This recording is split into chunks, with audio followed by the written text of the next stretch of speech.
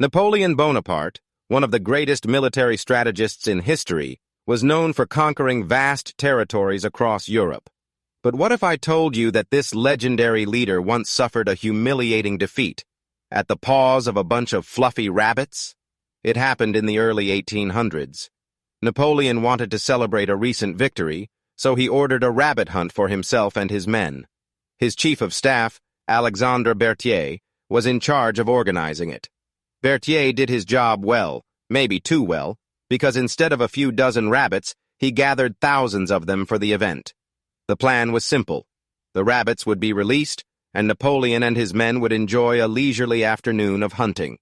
But there was a huge problem. Berthier had made a critical mistake. Instead of collecting wild rabbits, he had gathered tame, domesticated ones that were raised by humans. These rabbits weren't afraid of people. In fact, they associated humans with food.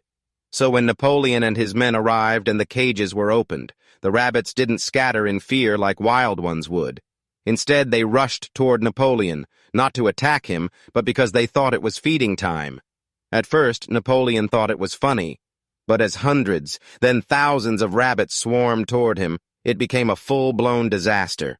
The rabbits covered the ground, jumped onto Napoleon's coat, climbed up his legs, and would not stop coming. His men tried to scare them off, but it was no use.